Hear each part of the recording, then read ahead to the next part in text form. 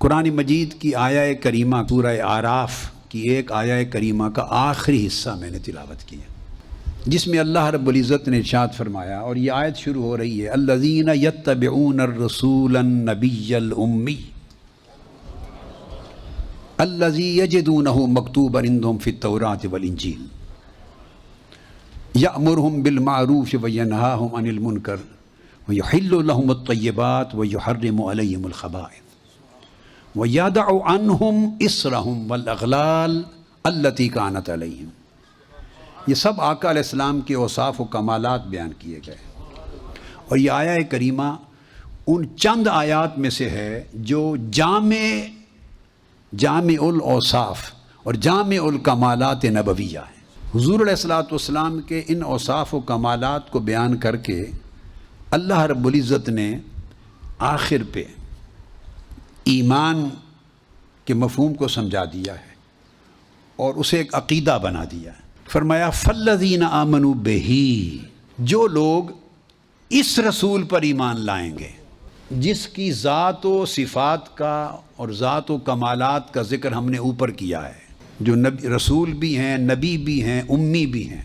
جب رسول بھی کہہ دیا اور نبی بھی کہہ دیا، پھر امی ساتھ کہنے کی ضرورت کیا ہے؟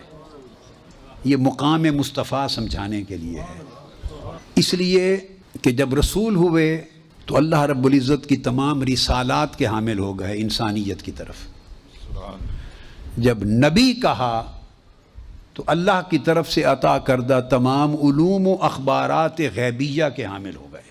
تو امی کی ضرورت کیوں پیش آئی؟ امی اس لیے کہا کہ لوگوں کو پتہ چلے کہ جتنے کمالات علم میں، اخلاق میں، فکر میں، فہم میں، معرفت میں، جتنے کمالات اس رسول اور اس نبی کی ذات میں دیکھتے ہو، ان میں کوئی ایک کمال بھی کسبی نہیں ہے، سب وہبی ہیں۔ یہ معنی ہے امی کا، یعنی وہ دنیا میں کسی سے نہیں پڑھے، نہ انہوں نے کسی استاد سے سیکھے، نہ کسی کتاب سے پڑھے، یہ سارے اصلاً ان کو باری تعالیٰ کی بارگاہ سے نصیب ہوئے۔ بعض لوگوں نے مقام مصطفیٰ کو نہ سمجھتے ہوئے لفظ امی کا ترجمہ کرتے ہوئے کسی نے ان پڑھ لکھ دیا، معاذ اللہ کسی نے الٹریٹ لکھ دیا۔ ایسے لکھنے والے سے بڑا نہ کوئی ان پڑھ ہے کائنات میں، نہ کوئی الٹریٹ ہے۔ وہ ذات حضور علیہ السلام کو امی فرما رہی ہے آپ کے مرتبہ علم کو بتانے کے لیے کہ کسی سے نہیں پڑھا۔ وَعَلَّمَكَ مَا لَمْ تَكُنْ تَعْلَمُ، خود اللہ نے آپ کو علم دیا۔ وَكَانَ فَضْلُ اللَّهِ عَلَيْكَ عَظِيمًا، اور تم ان کو الٹریٹ کہہ رہے ہو اور ان پڑھ کہہ رہے ہو۔ یہ مقام علم کا اظہار ہو رہا ہے، الامی۔ اور یہ امی میں اصل کا معنی ہے۔ قرآن کو ام الکتاب کہتے ہیں، سورہ فاتحہ کو ام الکتاب کہتے ہیں کہ سارے قرآن کے علوم کو ایک صورت میں جمع کر دیا، اس لیے یہ پورے قرآن کی ام ہے۔ اس طرح اولین و آخرین ساری کائنات کے علم جس ذات میں جمع ہو جائیں وہ ذات امی کہلاتی ہے۔ اسی طرح جس طرح سورہ فاتحہ قرآن کی امی کتاب، اور مکہ کو ام القریٰ کہا، مکہ کو ام القریٰ کہا، یعنی کرۂ ارضی پر سب سے پہلے جس گھر کو، جس شہر کو اللہ نے بنایا، جس اصل سے کائنات کی ابتدا ہوئی، وہ ام القریٰ ہے۔ اسی طرح جس ذات سے اس کائنات خلق کی، عالم امر اور عالم خلق سب کی ابتدا ہوئی، اور جو نور اول کے طور پر ظہور پذیر ہوا، اس کا نام محمد مصطفیٰ ہے، اس کو امی کہتے ہیں۔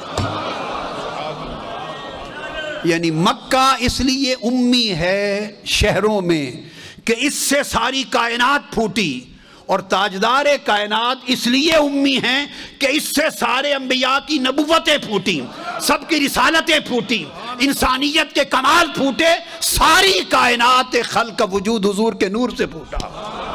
یہ اصل الکائنات ہیں، اصل الکائنات ہیں۔ اس لیے کہا اس کو عام رسولوں اور نبیوں کی طرح نہ سمجھنا، یہ النبی الامی ہے کہ اس کے چشمے سے سب کچھ پھوٹا ہے، یہ اصل نبوت ہے، یہ اصل رسالت ہے، یہ اول الانبیاء ہے، یہ اول الرسل ہے، سب اس میں سے نکلے۔